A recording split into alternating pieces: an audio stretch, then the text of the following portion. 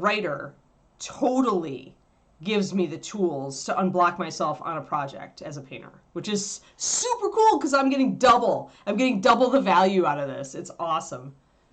Oh no! No guts painter.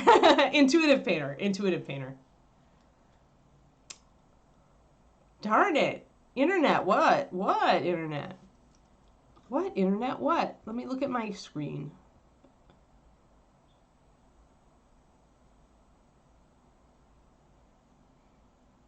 Yeah, the stream disconnected for a second. I'm getting that shit. And this is so weird that we're getting, like, we didn't get, like, we got dropped frames, but we didn't get disconnects before. It's just weird. Yeah. Well, that's because I don't always watch the chat. But yeah, so I'd love to put a bunch of mini painters under a microscope with this test and see if people who had the similar top 5 had a similar painting style and method. And I was just saying that the cool thing is that I'm getting double value out of this intensive that I'm taking, because it teaches how to unblock yourself, like how to kind of spot when your brain, the way your brain works, is tripping you up.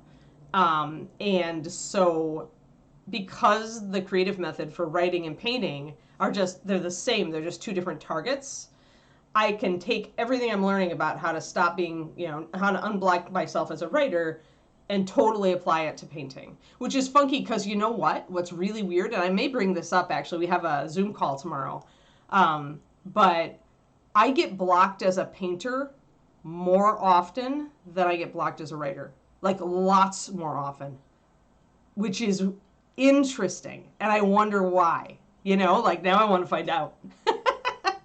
David was making fun of me yesterday because I'm just so this, right? I'm so self-improvement, like I so am, and it's the way I think. It is really like my strengths are all like, many of them are self-improvement strengths.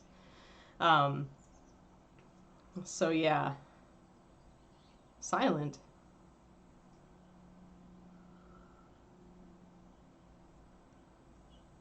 Not to be finishing your RCL minis on the last day. Oh, Kodiak.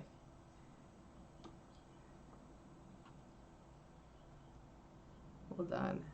Where's my Cody? What did Kodiak say that I missed?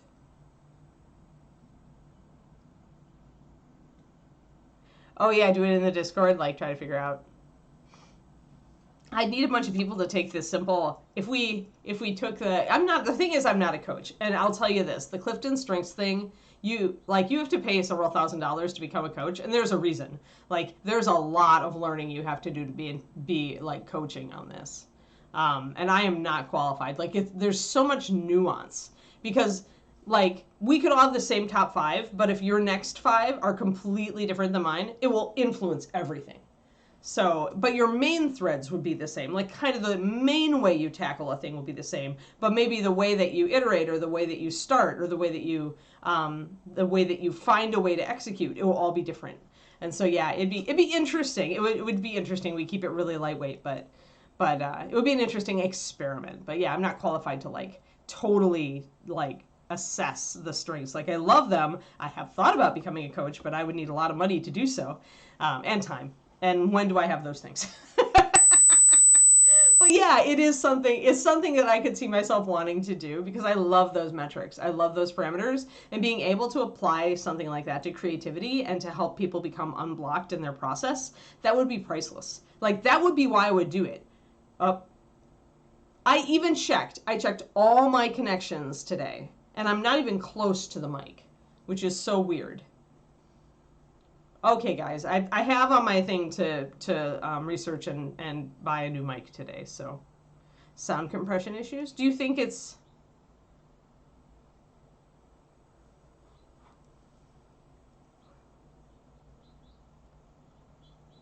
Oh, good, Turgeon. Yeah. Whatever I'm doing as a writer is working. You want to reread the book. Sweet! Wow, yeah, maybe you'll catch more. Like, I always do that with my favorite books, is at least the first couple times I read them, I always catch a little bit more, or I notice a little bit more on the second read, because I'm a rereader also. But yeah, good, good, good. That's good to know. Yes. I'm so excited to start a new book. You have no idea. Oh yeah, I'm sorry. I'm sorry, Agent.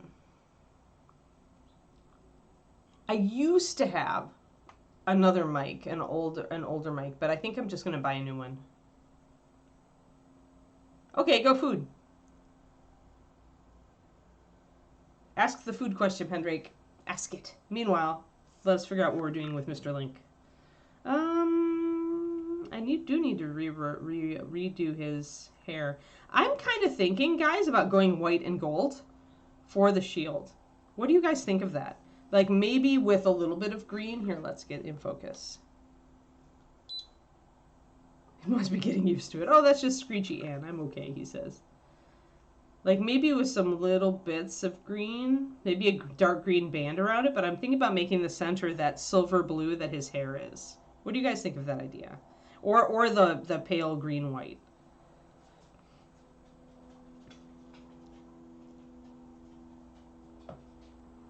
Yeah, because I don't want to go dark back here, and I don't want to make it purple, and I don't want to really make it that light green either, because we've got a lot of that light green. Although I could put touches of light green in there. Hello, hello, SJ. Black and silver? Yeah, except, I mean, it wouldn't really tie in with all the green. Like black on this model is really an accent. So although I could put a black band around it and then do gold and the white, I don't know that I would want to do a lot of black on it. For that reason, I think that it would not work for me. But I think that the white and gold, and then we'll figure out what the outs. Maybe we'll do the band around the outside. We'll do it in a different color because there's definitely some areas to add accents onto this. But yeah, I want to just do something different. I don't want to do it green. Yeah, tea and stupidity. All right, cool. Shoot, Pendrake. Share with us. I don't think green. The reason I don't think green, Pendrake, because that was originally my idea. But that makes the back of him extremely boring. Because we've got all this green here, and we're going to be bringing it up with a lighter green. And then we've got the leaf green here. Like, I could pop the leaf green over here, but that doesn't give us a lot of contrast. And it's just, I don't know. I feel like I want to repeat the white a bit. Because we're going to have, like, a white NMM highlight over here on the steel. And I've got a white sleeve here that I need to highlight a little bit higher. But then there's no white over here. And so I feel like, yeah, but it's not with my color scheme. I am not the painter, SJ, to like say, oh, that would be a cool reference. I'm just going to go with it, even though it doesn't fit the model. That's totally not me. I like it to be organic. And I like to feel like the model is harmonious. That's the most rewarding for me.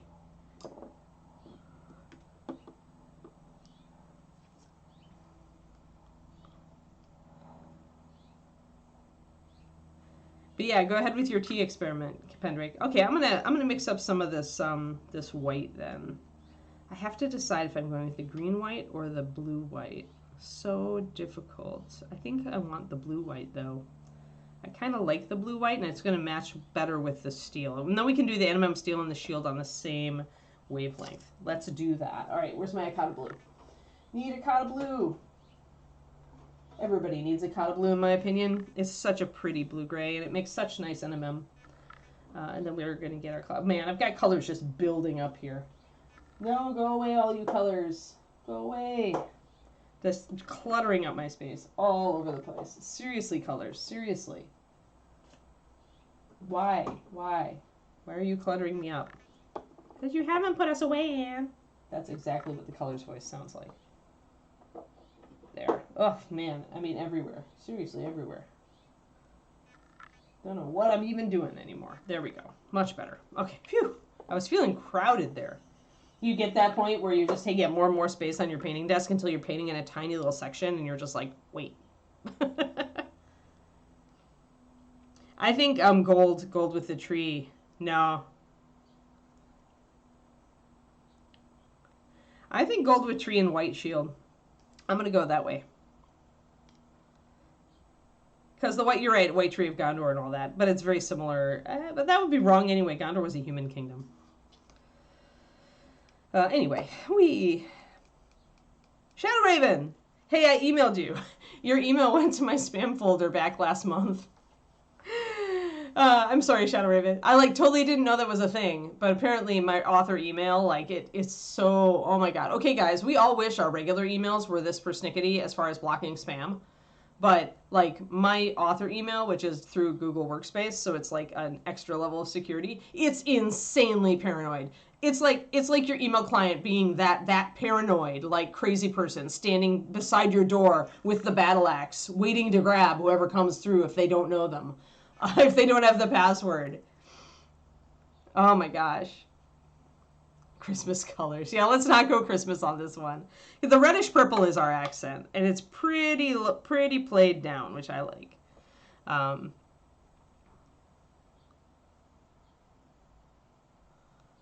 Flashbacks to Luca zooming out from his desk and showing the 6 square inches. It happens if you're not on it. And I've been trying to, I need to feel like I've got room.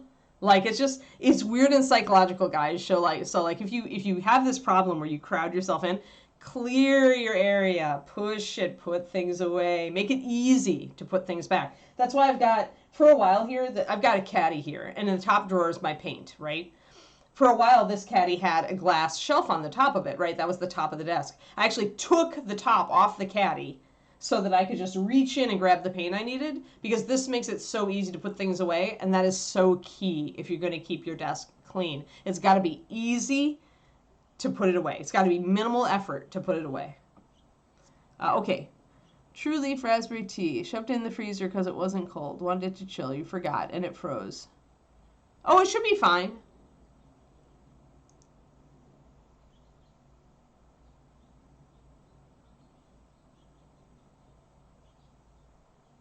Yeah, tea, you can freeze tea and unfreeze tea without really. I mean, there are some solids, some microsolids in tea, but they're very, very small. And certainly there are less microsolids in tea than there are in, because tea is like parts of tea is fully, or part of tea is fully soluble, or it wouldn't dye things. You can use black tea to dye things. We've done it at Reaper.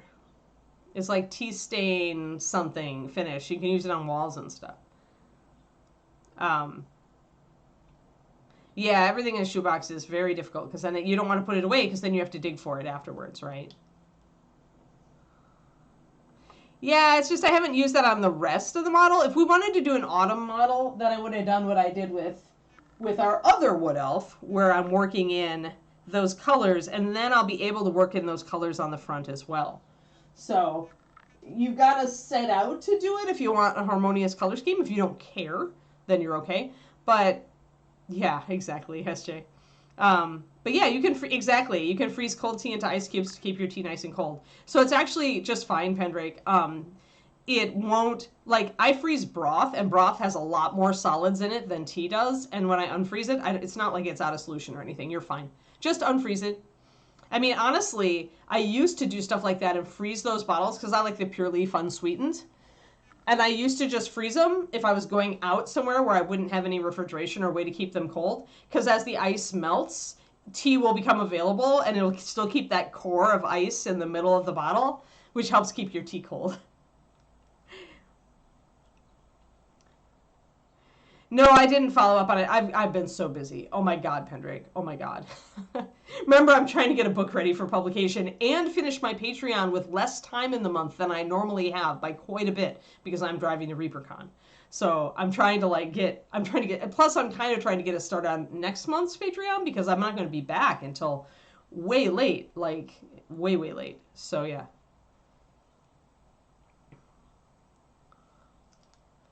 You're an expert on things that are frozen, Shadow Raven, yes.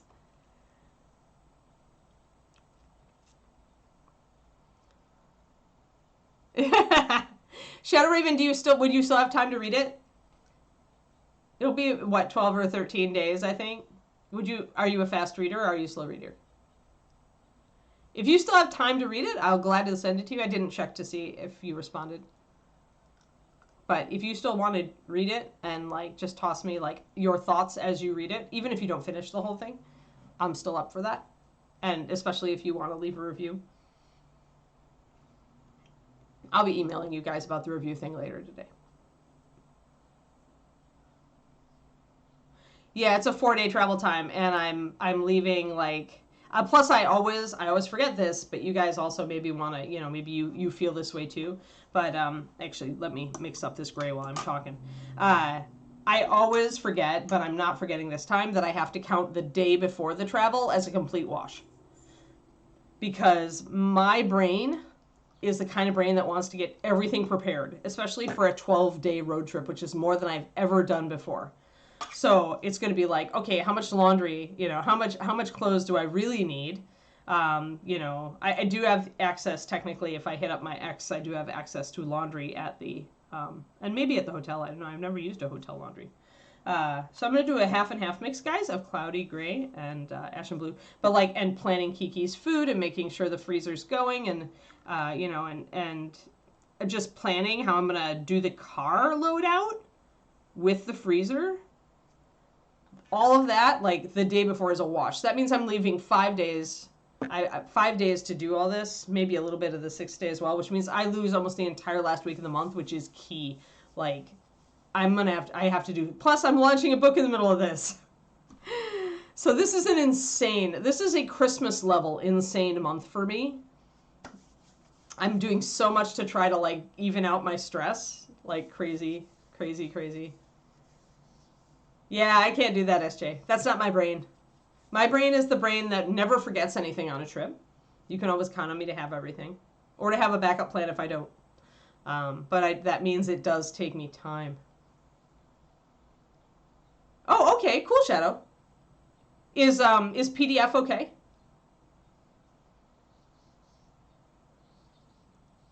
For reading, Shadow Raven? Paint plant residue from the fire retardant foam got into the storm drains. Oh, wow. Yeah. Funky. Did they figure out what happened to make it explode, Pendrake?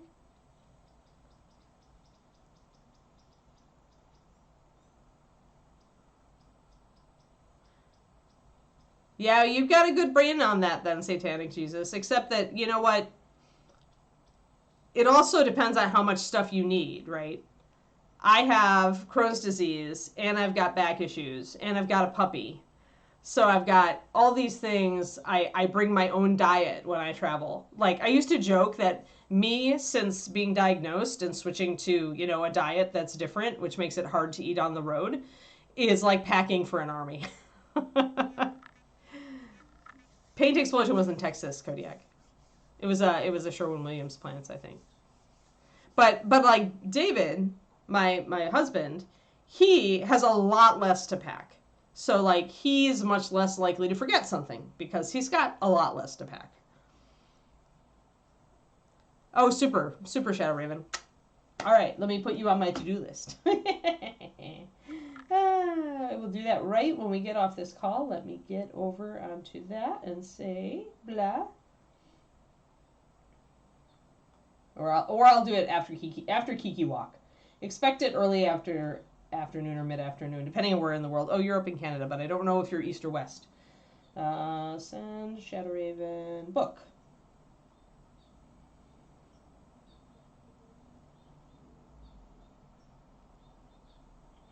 Awesome. Super fantastic. Started a new 100-day goal journal today, too. So exciting. That's new, forget stuff. Yeah, everybody's brain is different, SJ. Everybody's brain is different. My brain is a planner brain. I have lists.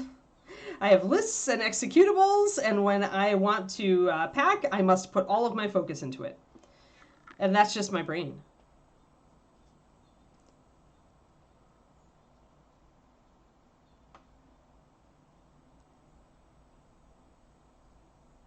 Early days figuring out what happened. Yeah. Wow, that's funky, Pandrake. I wonder what happened. Yeah. Yeah, you do lists. Yep. I depend on my lists. I have learned that this is my discipline strength talking. Discipline loves to make lists. It's a list maker. And it's one of those strengths that a lot of people wish they had, because it helps to organize and execute. But some people just would never get any value out of list making. Their brains are just different wired. All right, so we've done a half and half mix. It's going to end up being about that. It's a lighter color. This will help me. This will let me repaint the hair too. West. Oh, okay. Oh, your schedule doesn't follow a clock. Okay. Well, yeah, but then in referencing when it will arrive, I am also west. So yeah, you'll get it after Kiki's walk. You should get it by 1 p.m. West Coast time.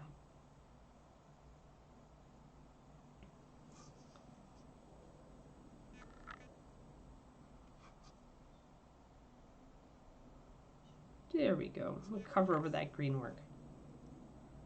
Yeah, Garland, Texas. Yep. I know where it is. Alrighty. I'm going to base the sword in the same color.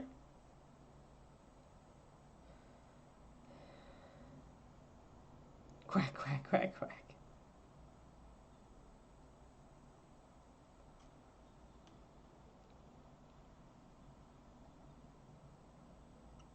You reserve the right to veer off your list. Yep. I get distracted off my list sometimes.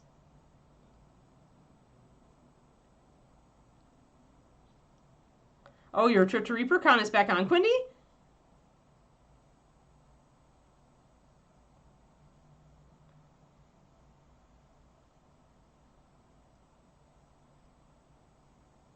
Oh, I'm excited. I'm excited that your trip to ReaperCon is back on. All right, hold on. Let me double check my dates. So I'll be on the 25th. We'll be good on the 25th. But then, yeah, 26th is going to be my planning packing day. 27th, I leave. Green users convinced you. Yay!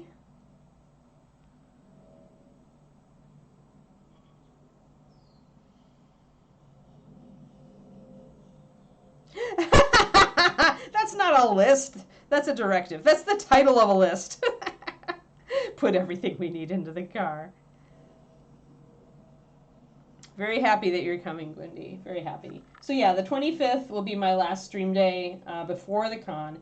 And then after the con, I will be back the 8th.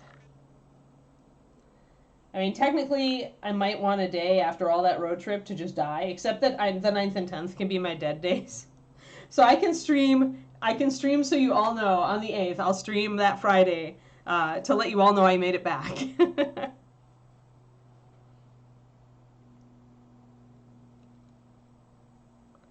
Yeah, Twisted Almost in Texas, where the hot weather is. The really hot weather is. Although I can't really say that if anybody here is from Africa, because that's serious hot. There's some crazy hot going on that part of the world. Oh, this brush is overloaded. You can tell the brush is overloaded if it doesn't hold a good tip. It's not your brush, folks. It's too much paint in it. Especially when you've got this bigger, fatter brush. The key is to unload the brush. And once you unload enough paint out of the brush, then you see that actually it has a lovely tip. But you just had it overloaded.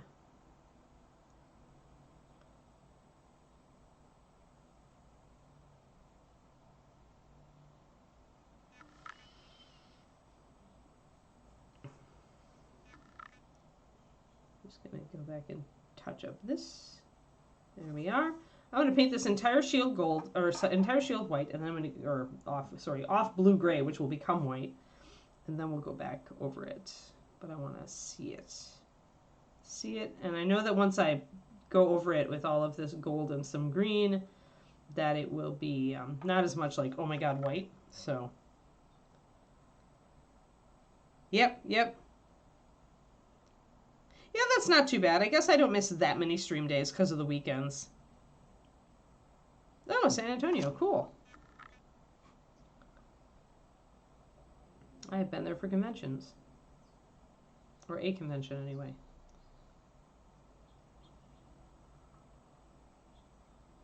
No, two conventions? Two conventions. It was two. I was hallucinating.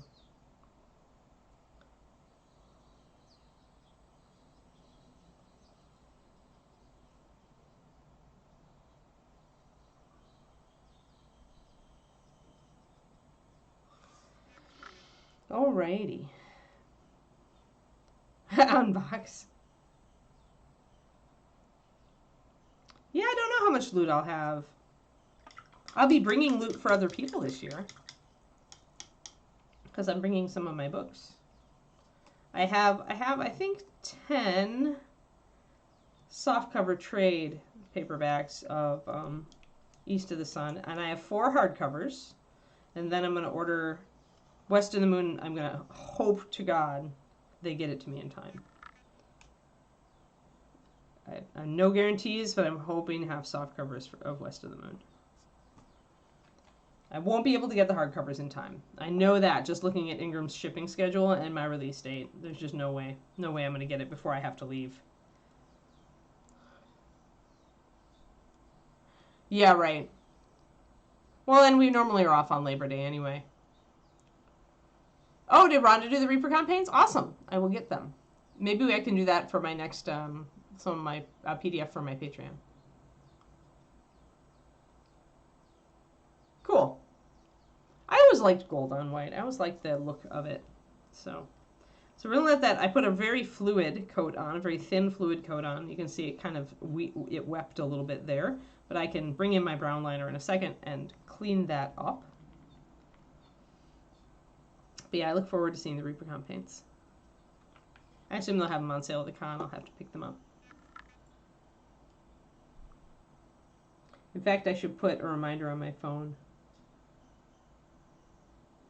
to do that so I don't forget. Somebody at the con remind me. That's right, I'll throw it all onto you guys. Get the Reaper campaigns in. Remember to get the Reaper campaigns. That's what I want to hear. That's what I want to hear. And chances are when you say that to me, like, I'm either going to go, got it, already did it, or I'm going to go, oh my god, thanks, and run off. All right. So yeah, I figure with all of this filigree, there won't actually be that much white left, especially if I put a dark green, if I take advantage of like this banner up here to put some green on here. Or I put purple up there and maybe do some green, do a green outer rim. I haven't decided. I'm kind of looking at how the filigree closes parts off or not. I could put a green section down here under the tree and a purple section up on this banner and do the rest in white and then gold. And I think that actually would work really well. It would integrate all of our colors into the color scheme. And then I could look at whether there were other opportunities. But I think that's kind of how this is closed up, because this little section down here under the tree is kind of closed off from the other sections by these filigree, by the filigree there. And then this has a banner up here, which technically is open at the top, but you could paint it differently. And I can do that in the purple with gold edges, and that would work really well, I think. No plans to stream for me. Yeah, it's just an extra headache. It's just an extra headache. Yeah. Oh no, Lucas canceled. We need to import that alpaca at one point. Just saying. Like, he and Lovejoy would get along.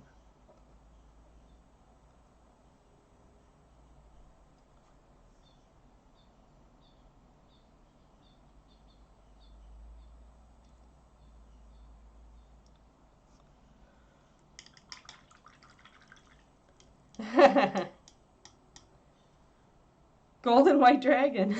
Yep. I forget which dragon it was in the old Monster Manual too. I think it was the Cloud Dragon that had kind of like misty rainbow colors and gold edge scales. I can't remember.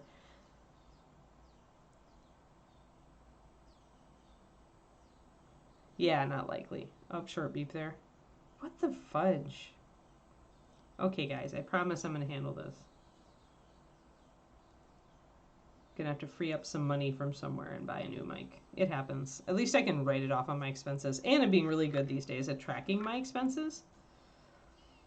Like doing taxes with David last year, like pretty much like rewrote my brain and went, oh, I'm gonna have to keep track of all this stuff.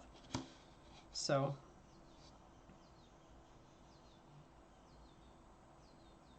he and Lovejoy might get along too well. Yeah, it'll be fun to watch. This is taking a while to dry. So the more paint you have on the model, the thicker your paint is, and the more paint you have. So if you do like a really kind of a fluid coat, like I did, where I didn't do it real thin, I actually let it pool a little.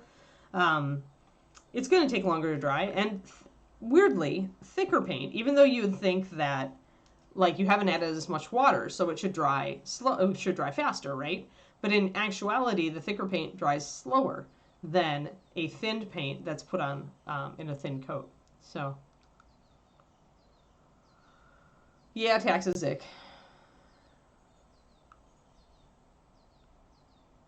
Oh yeah, no. I think it's got to be a new mic, Kerniko. Because there was also a point, like it may be the connection of the mic, but something is wearing out. Because do you remember when it forgot my mic, where it was pulling from sound from my camera here? Um, like I had to actually unplug the mic and plug it back in to get it to re-recognize the mic. So I'm feeling like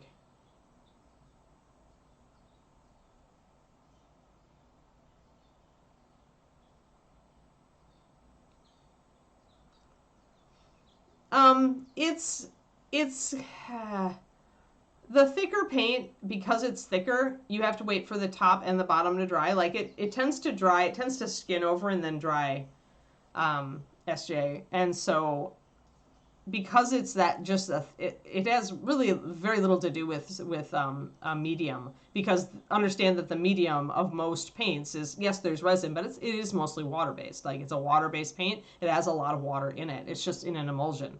So it's really just the thickness of the layer. So with thinned paint, there's a limit as to the thickness I can put on, because otherwise it'll just be this giant puddle on top of the shield. But yeah, the fact that I can, because I thin it, I can put it on in a thinner layer, would essentially causes it to dry a lot faster.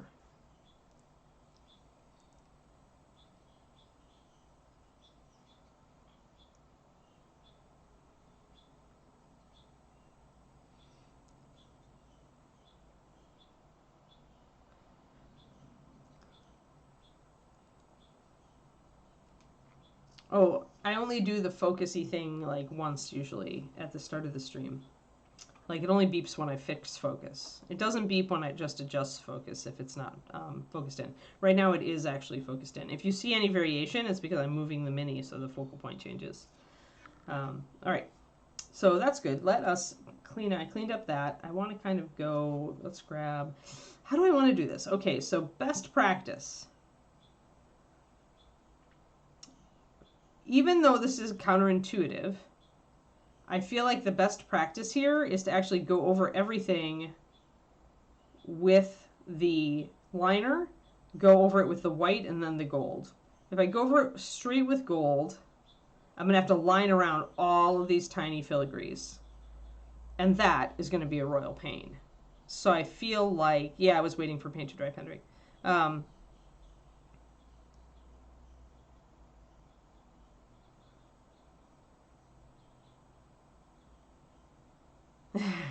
Someone's family Thanksgiving.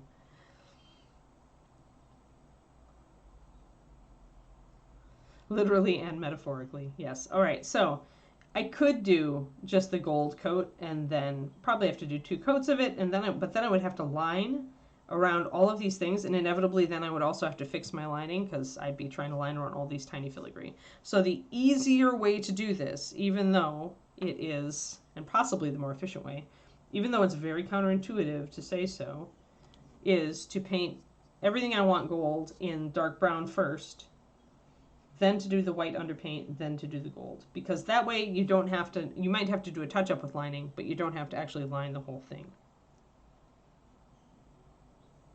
Oh no. However, I do want to switch to a much thinner brush instead of working with my number 2 Da Vinci. Much as I love you, number 2 Da Vinci, you are too fat. I'm not brush shaming you. I'm not brush shaming you. I'm just saying it's not an advantage in this case.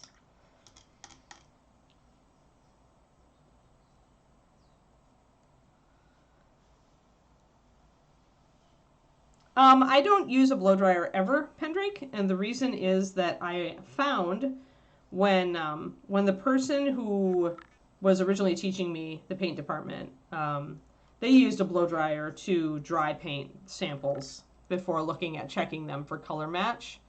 And I noticed distortion of color. Heat will distort color. It may only distort it by a tiny bit, but with my brain that's always trying for the exact match, that's a nope. So if you habitually use a hairdryer, you're never going to notice it because you're always using it to dry. And if you don't use it on a super, like a high heat setting, you're also not going to notice it. But for me, I just never got in the habit. The times I need it are vanishingly small because I work with such thin paint all the time. It's only when I'm base coating and I accidentally put on a bit more, or I decide to put on a bit more paint, that I actually have to wait. Otherwise, most times I never have to wait. Thin paint dries fast. You could use it. I mean, Jennifer Haley uses a blow dryer, and she uses it. The thing is, she just uses one that's just got I think just it's always on medium or something. But when you first start up the blow dryer, it doesn't heat up right away. So she just uses it, puts it aside, uses it, puts it aside. No, a fan is overthinking.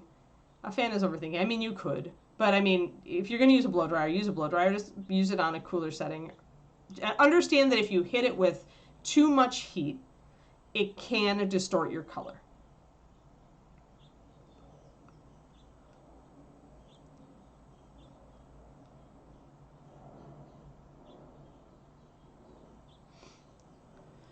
But yeah, fan, I mean, unless you have a tiny fan. However you want to do it, really. This is one of those don't overthink it things. Just be aware that if you're using a real hot blow dryer, it has a chance to distort your color. That is the reason I never got in the habit of using one. And honestly, if you work with thin paint like I do, I never need one. Except maybe one day out of 100 I'll need a blow dryer. But then I just wait. I just work on something else. Yes. That's true. Circulating air helps. All right, so this is a pain in the butt. Tiny filigree. So my paint is about a 4:1 because I don't want to have to go over this stuff 16 million times. I'm not going to worry about connecting parts that actually have a little bit of area between them, like negative space, because this is essentially my lining. So there's so little space between this curly Q and the branch above it that if I was just lining, they would automatically meet anyway. So because of that, I'm just going to connect them up. Now this will reduce some of the very skinny areas of negative space, and it will also create more areas that are kind of enclosed. So if I did want to put green in some of these inner areas, I could, but we'll see.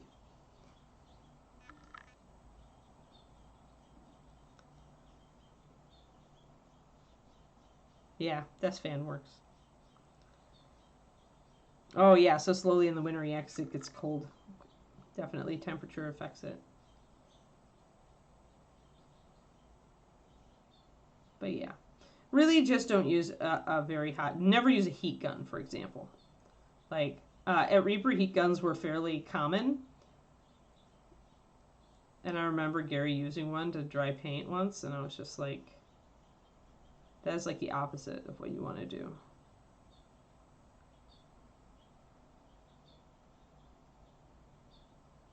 So yeah, as we go through here, I'm purposefully widening it a little. I want to hit the outside of each of these little designs because I want to be able to go over this with white and still have a thin dark brown line around it.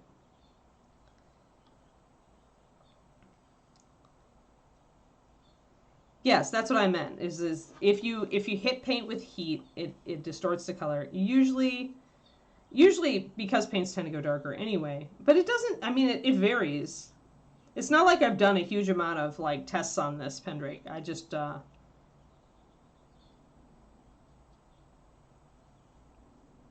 remember seeing a color distortion, and it probably does depend on the pigment. Remember that pigments, when they are being processed, created, many of them are being heated. Now, some of them are being heated to an extreme and probably won't distort from heat. The oxides come to mind.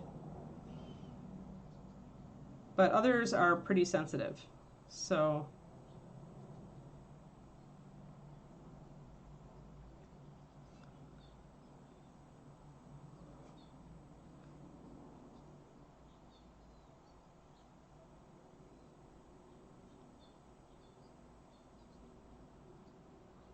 I think the main question, though, is it the air movement or the heat that is drying the paint? If it's the air movement, you're fine. And if it's the heat that's actually drying the paint, then it can change some stuff.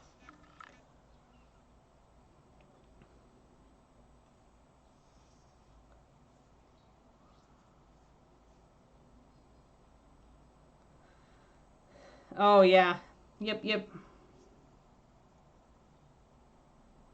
Yeah, in the winter when it's super, like, zero humidity. Yep. I used to have that problem when I lived in Wisconsin.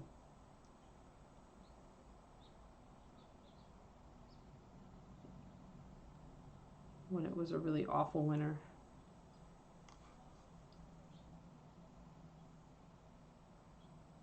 And I may have to touch some of these up, and it's fine.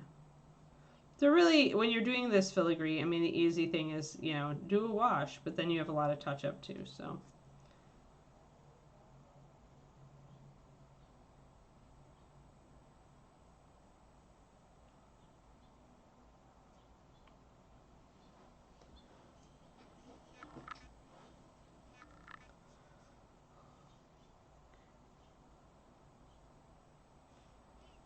Well, except that you can't see what it does on bones.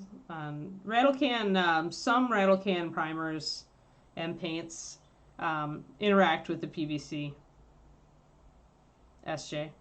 So that essentially, it's not really dramatic. It's just that your primer will never set. It stays sticky, and the mini can off-gas pretty terribly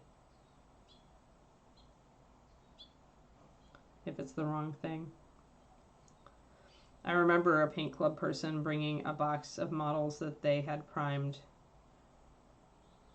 and just the fumes being so bad that I asked them nicely to just get out the model they were going to work on and put the rest back in their car. Because it was terrible. Oh, Valendar.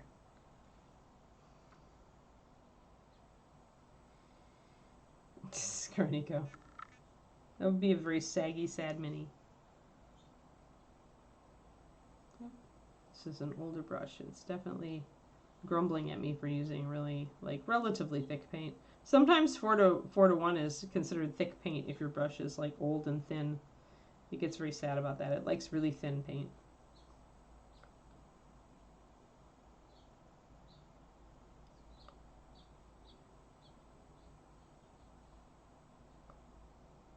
So exercises like this can be frustrating if your brush control isn't there yet, but it can also be good for exercising your brush control.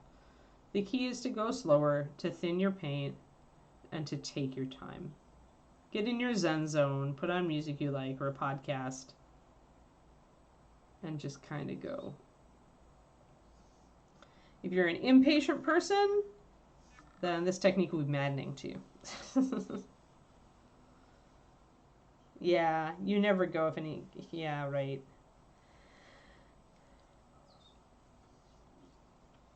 That's the problem. You never know. That's a tree. It actually, like, kind of looks like some weird butterfly person right now. Doesn't it? Yeah, it is very relaxing. It's very zen. Very zen.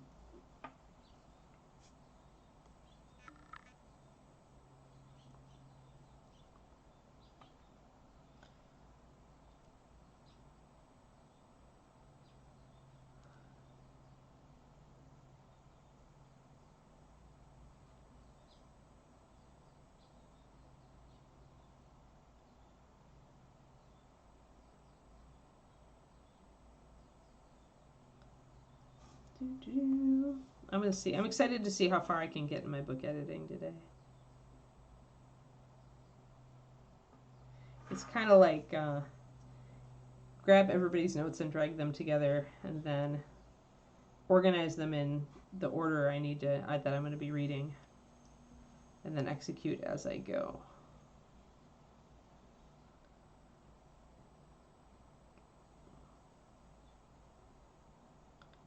But every little bit that I get done, I think I'm going to leave these little, I want to leave these little white dots a little bit. Mothman vibes, yeah. Slenderman, yep.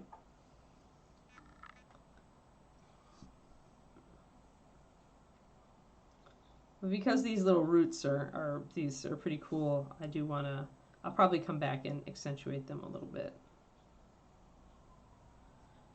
But yeah, this is such a cool shield, like, it just is worth taking your time on.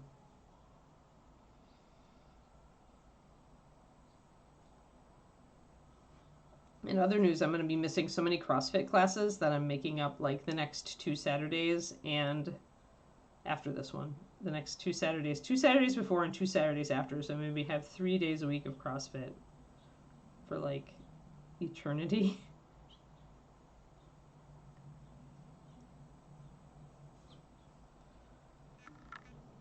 They busted me this past day. The one on Tuesday really busted me. I'm still sore.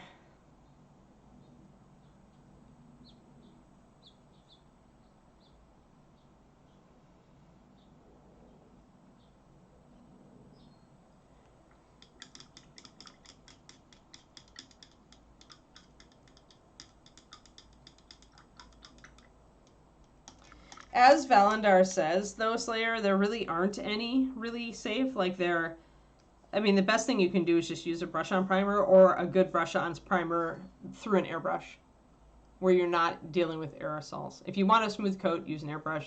I just use brush-on if it's really an issue. But you also know that I don't prime my bones, and I'm just fine. If your bones are going to be used for gaming and are going to be like picked up and used and bumped around on a game board a lot, then I would prime, but I still would just use a brush on, or you know, assuming that if we had the airbrush up and limbered, I would use that. But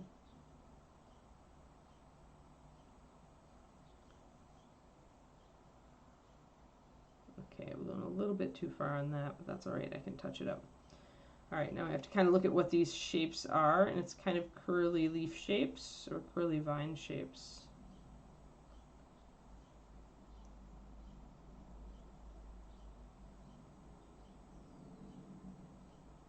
And as I said, these little curly vine shapes close off this bottom section because they're right up against the rim of the shield here.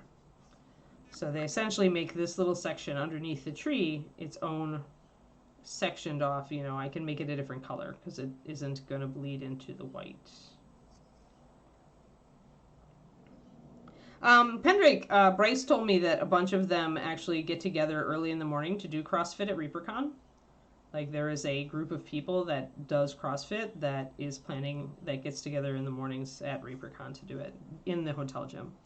So I am planning to either join them. It is very early and we are juggling a Kiki, so I'll have to work with David to see if it really works. Good point, Kerniko. The liners from Reaper, especially the gray, blue, and brown, because they're darker and they're made with that black liner base. The liner base is chemically different, Slayer, and it honestly, if you mix it with some matte medium or some Reaper brush-on sealer and apply it, it both underpaints for you and primes. If you wanted a lighter color, actually, guys, if you didn't know you could do this, you can mix Reaper's primer with the liner and create gray tonal primers. So if you did liner and primer on bones specifically, you could create a blue-gray or a brown-gray or a lighter gray primer for bones by mixing one of the liners with the white primer. And then you would get, you know, the chemistry on both sides.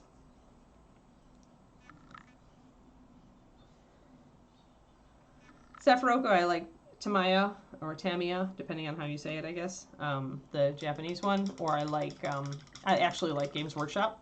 Though it's expensive, I've never had a problem with the Games Workshop's rattle can, and they've held up pretty well.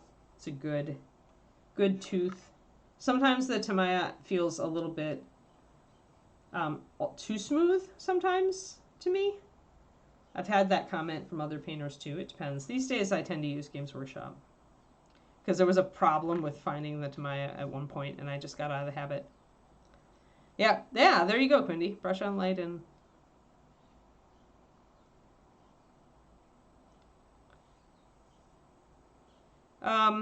water.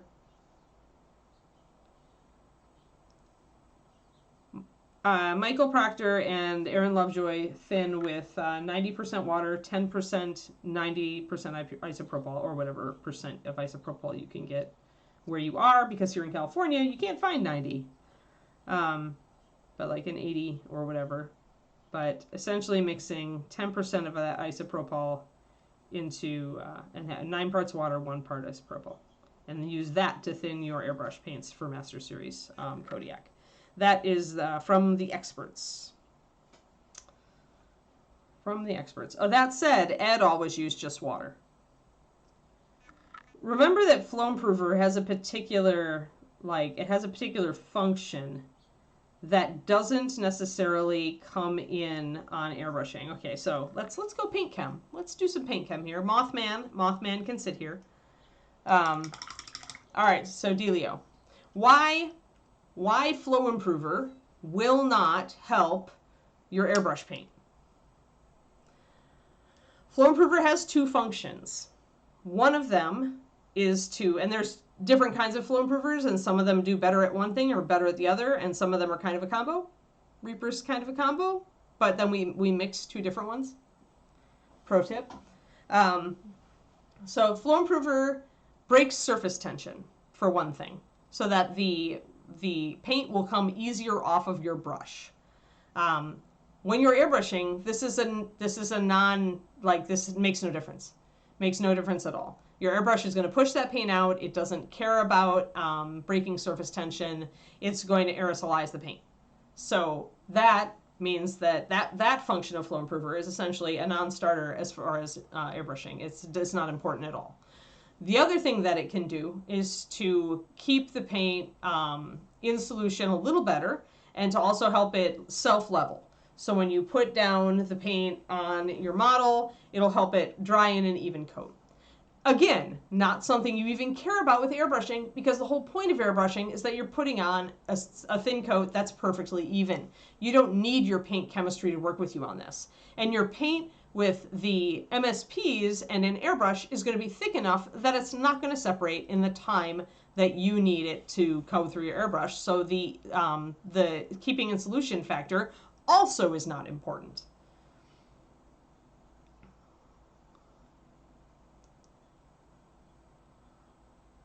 They just don't want a really high level, I guess, of alcohol. It's just weird. California is weird sometimes with this stuff. But that is why you would be just as well served using water with MSP as Flow Improver. Because all of the functions of Flow Improver are things that you do not need, or which are negated entirely when you are airbrushing. Does that make sense, everybody? I mean, if you use it, use it. If it makes you feel good, use it. But you aren't getting any benefit from it.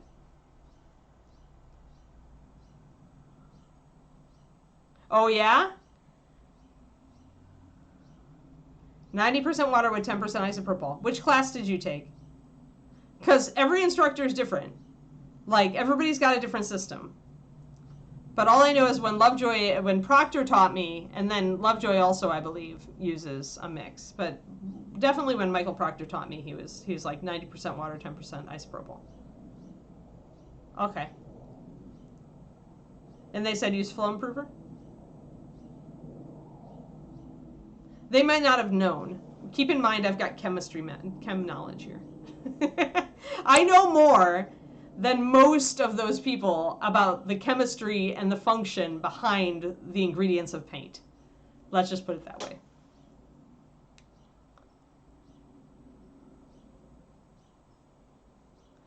Yeah, I believe it does, Sarfaroku. I think that's why they use it. Don't quote me on that, and if you find Michael Proctor at ReaperCon, you can ask him. I mean, it works just fine. It's just that you're not really getting the benefit of it, right? It's not going to hurt you. If you want to use Flow Improver instead of water, you certainly can. It's not a big deal. It's not going to hurt your airbrush. It's not going to hurt the paint job. It's not going to have any adverse effect whatsoever. And if somebody feels like they get a better result with it, that's valid. I mean, it's based on anecdotal evidence instead of like, knowing the chem, but it's valid. I mean, don't like, it works for them and they do it. And that's all you need to know. But this is the thing about humans and learning and teaching, is that a lot of people can tell you, this is what worked for me, and it may not work for you. But they cannot tell you why it may not work for you. And that's the key. That's that knowledge key. That's that extra bit and piece that understanding the functionality behind the different additives to paint gives you, right? In this case, it probably will work for you. But is it necessary? No, not really. In my opinion. And in the opinion of most painters that I've worked with MSP. I mean, like I said, Ed used to use just water. Proctor used a mix of water and isopropyl. I believe that Aaron does too, or did. Vallejo's different. Okay, now we're into a different beast. I was speaking MSP, sorry. Yeah, Vallejo is a different beast. Vallejo is a very heavy-bodied resin, which means that when you throw water at it in any quantity, it will sink, which means that it will clog. It will not stay in solution, in which case the function of remember, one of the functions of Flow Improver to keep things in solution a little better, that will help you with Vallejo. Does that make sense? Does that make sense? Whereas Reaper stays in solution, partially because it has Flow Improver added to every color anyway, and partially because the resin is more of a medium-bodied resin. It doesn't sink as easily. So that's why you can thin MSP and thin Vallejo to the same amount, and the Vallejo will fall out of solution faster. It's actually the weight of the resin. Yep. It's not complicated. Except that it's, like, it's different for different lines, but that's not complicated. That's, like, common sense. I mean, bottom line, totally uncomplicated, Kodiak. When dealing with MSP, you can go with just water. You can go with the 90-10 mix. You can even use Flow Improver. It won't ever hurt you. However, if you are dealing with a paint that is not MSP, especially a heavier bodied paint that feels kind of plasticky and goopy out of the bottle, that's your sign. That texture is your sign, by the way. Then Flow Improver can indeed aid you. It'll keep the paint from separating and the solids falling down. It may eliminate clogs or reduce them. Does that make sense? That's the simplest way to put it. Yeah.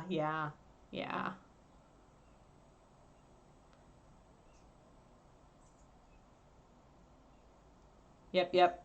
Yeah, that's true. And the pressure's going to also interact with your mix, right? Yeah, so but that's why the Vallejo. And because the thing about the Vallejo base is, or at least, and maybe they've changed it. Apparently they changed their formulations relatively recently. I don't know. I haven't kept up with them in a while. But when you've got a paint like that tends to fall out of solution easily, this is why it will latex. And by latexing, it's just a generic term that generally means the resins fall out of solution and then they start to glob together and make little platelets, right? Like a scab, but in your paint. So paints like that with that heavy-bodied resin tend to do that faster, much faster, than a finer particle resin like acrylic or like an equivalent. And I call it latexing, but technically it's with more of a vinyl-y, heavier base. But we always called it latexing. It's paint boogers, is essentially what it is, paint boogers. And so those paints are that's why some of the Vallejo, like model color and game color, like oranges and yellows, would fall out of solution and become a solid plug at the bottom of that bottle if they were just a few years old, and if they've been sitting in the store for a few years, and they'd be unretrievable. And that just happens, it happens to every paint over time, but it happens faster if your resin particles are larger and heavier, because it's just going to fall out of solution faster. Yeah, white pigment, the pigment shouldn't really, I mean, maybe the pigment gives it a little bit more of a weight, Safiroko. I don't know though. Like that's people blame white pigment for a lot, but the fact is it's still under a micron particle size. It's still under a micron. You can't even see the difference with your naked eye. So when it's that small, that's not really, but it is a larger particle size than some pigments. So my gut thought says maybe, but maybe not. Maybe that just contributes to the problem with the resin. But most of the problem, honestly, is the resin. But if they are loading a lot of that white pigment in, could that contribute? Essentially, if my gut says, and I don't know if my gut is right, it could be complete bullhooey. But my gut says it's like it's kind of like that bottle where you put rocks in and there's lots of gaps, but then you put sand in and it fills in all the gaps. I wonder if white acts like sand in that.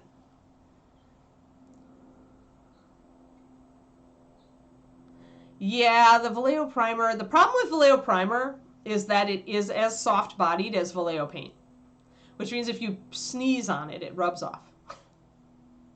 I love the feel of it, but in practice, I used to use it a lot. I used to use brush on all winter, and I was painting a lot of Rackham Confrontation, which are all metal models. And I just found that I just was frustrated about it, so I learned just to prime my models before it got so dang cold.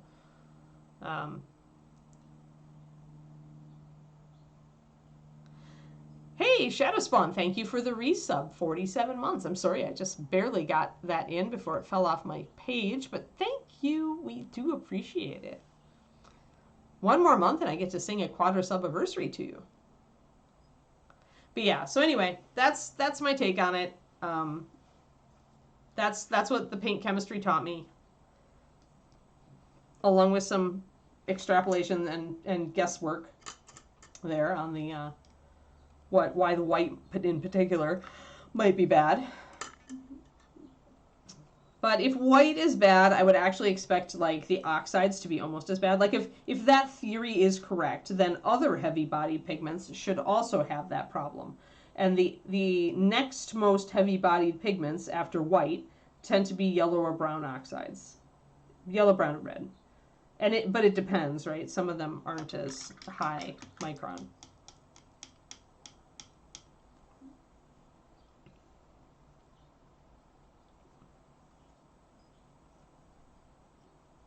I feel like, what's the Testors one that everybody likes?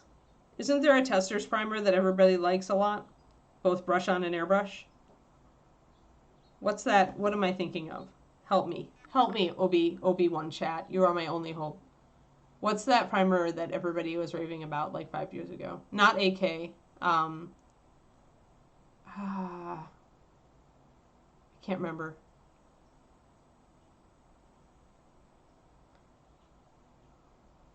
Yeah, I can't remember. Is it Badgers instead of Testors? Oh, maybe it was Badgers instead of Testors. What was that one? It's a name. Yeah, Stynylrez, that one. Stynylrez primer from Badger. Thank you, Quindy. Thank you. Awesome. Yes, Obi-Wan Quindy.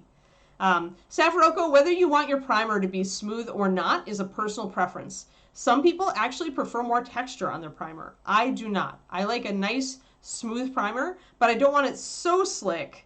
Like, sometimes the primer seems to like get almost like acrylic candy coating on it, and it's really hard to make the paint adhere to it. Sometimes that is because you've over-primed, and sometimes that is because of the temperature when you prime.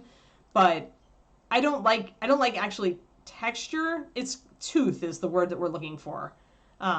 There's different tooths. And if you have a super, super slick primer, then doing that pull away, pull, go back can give you some variance in your tooth, which can help the paint to stick. Model Master. But I've heard AK primer is also good. I just don't know. Yeah, the primer doesn't stick to the resin. Oh, for Vallejo, yeah. Okay, so yeah, so Quindy's had people who swear by Stynylrez, but she hasn't had a lot of luck with it. I found it crippling to get out of the airbrush. If you leave it at all, never ever leave it. Clean it right away. That's a no-brainer, but I am an Anne with very little brain when it comes to airbrush. All right, so now we're to the top. We've got all of our little flourishes in.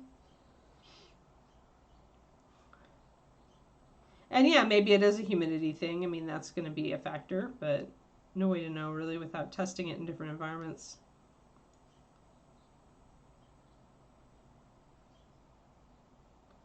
I've got this happy little banner up here. And there is a break at the top, as I said, but I can ignore that and just pretend it's unbroken. It's very easy to do.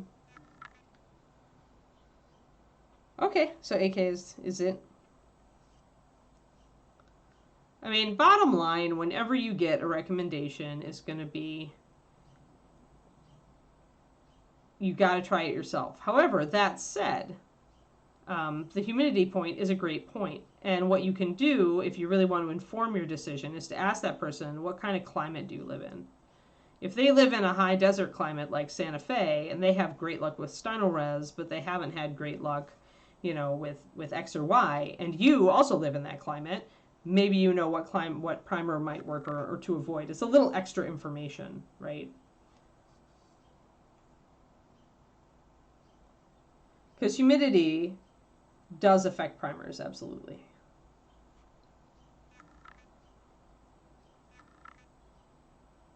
And we're going to put this gemstone in here, which I don't know if we're actually going to get a color into.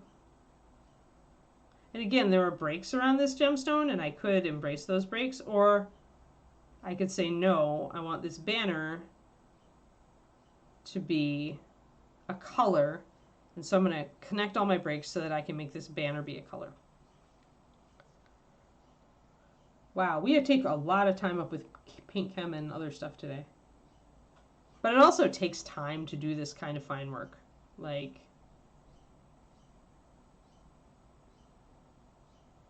to do it accurately and to do it where you have minimal touch-ups. Remember to unload your brush. I got a little bit too much paint on me there. There.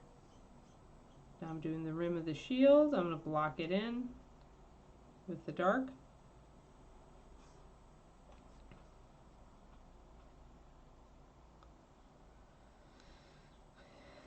No, it's all good. You know that we love digressions. We love going off the rails here on this stream.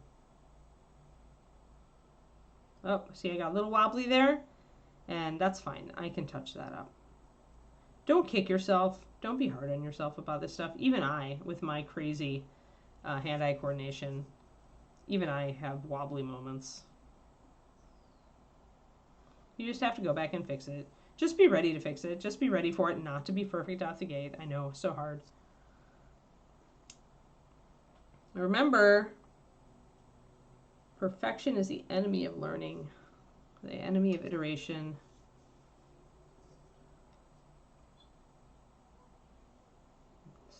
Perfection seeking anyway. It does not help you get better. Making mistakes helps you get better. That's reality. We don't like that reality, but it's true. And practice helps you get better.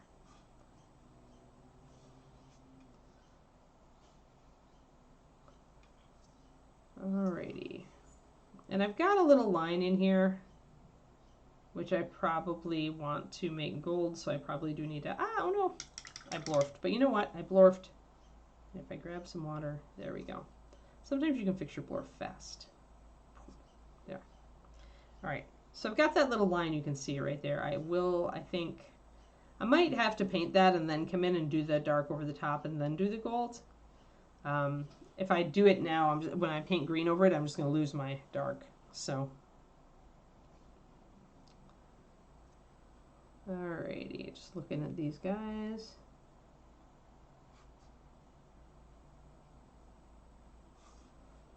And you can tell that Bobby did these, like, he didn't strictly mirror them.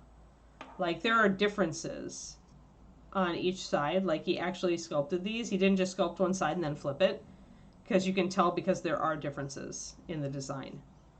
So it's very interesting.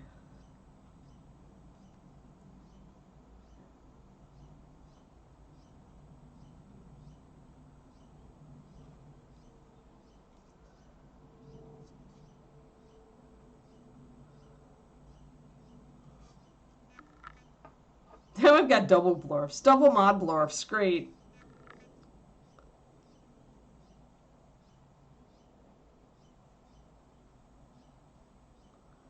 Yeah, I think my birds are going to be really sad when I go away to ReaperCon. I'm going to leave a container of food all made up for David to just pour into the feeder, but because I do a mix. Then it's getting him to remember. You couldn't paint it as a tree after seeing Mothman. Part of that is that I just blocked in. Like, there's actually 3 strands up there at the top of the tree, but I've blocked them in, and so they look like a head with little antennae. It'll look less like a Mothman after I go over it with white. So we'll do that next time.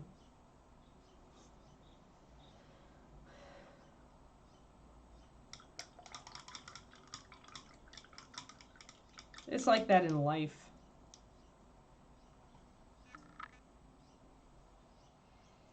It's just that, like, our, you know, as humans and in our culture, we tend to be so very, making mistakes is bad, right? And that just handicaps us in the end. But we don't see it that way.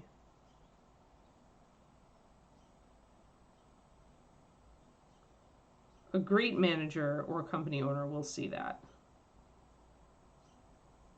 We'll see that mistakes are a part of the process.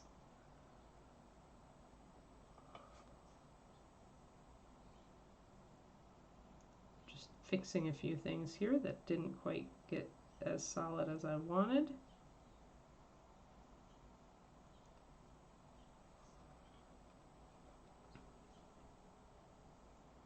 I think that's pretty good.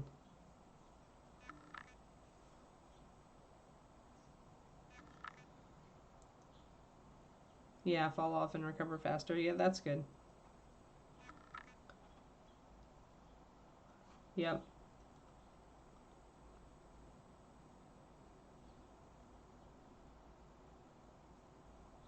Or I think fail early, fail often, right, is the other one, which I think you... Because you want to fail early in the process so you can stop up your gaps, like, then rather than after you've done all sorts of other work and then you realize that something is intrinsically flawed. That said, there are models where I have painted almost the entire thing and then realized that I made an error that I then had to, like, figure out how I was going to have to fix it. That would involve either complete repainting or scraping paint off or, you know, stuff like that.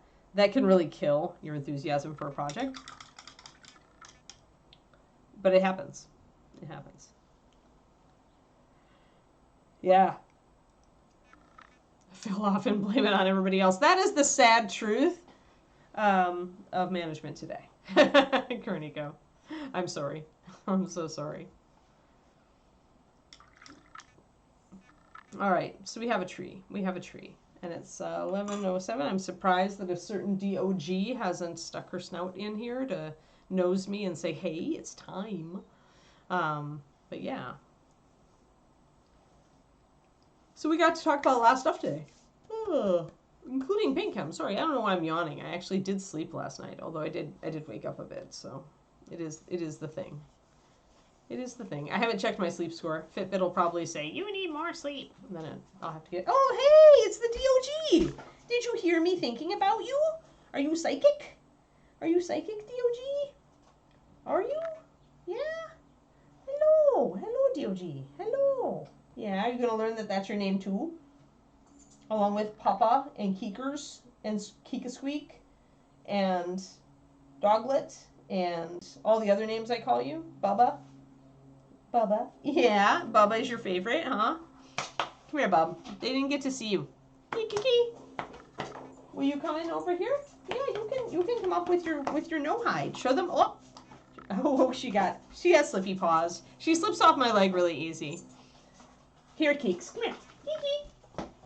There. Take the chair. She likes this best because she can balance.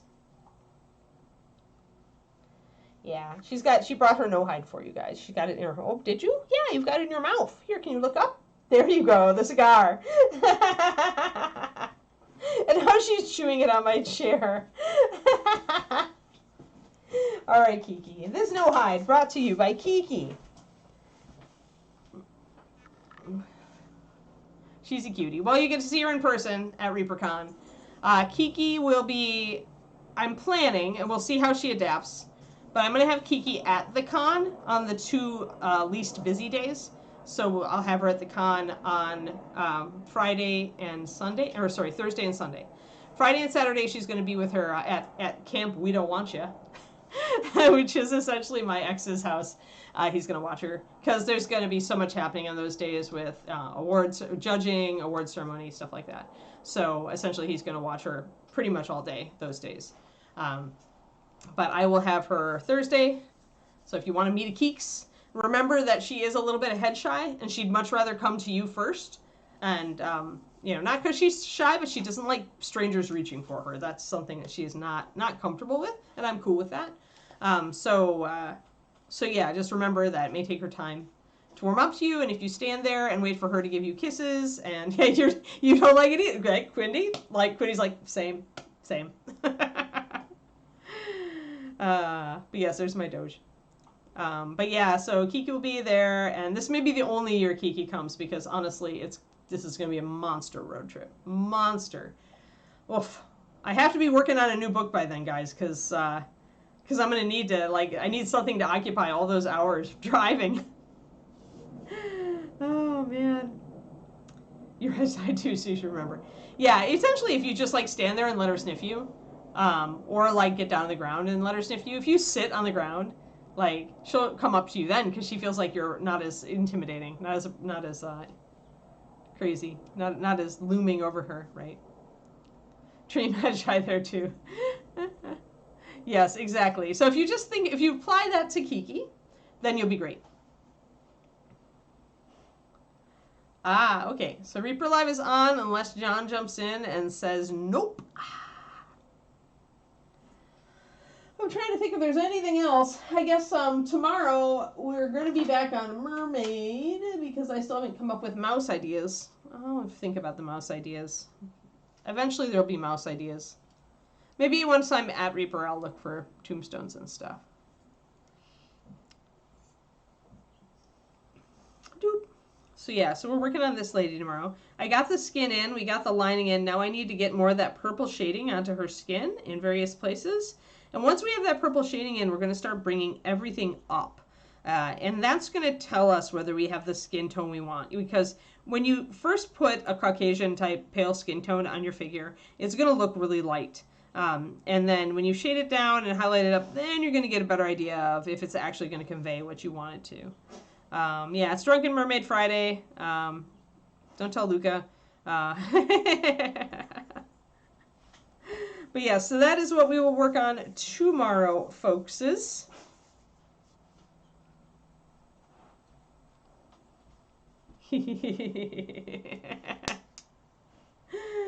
Oh, man.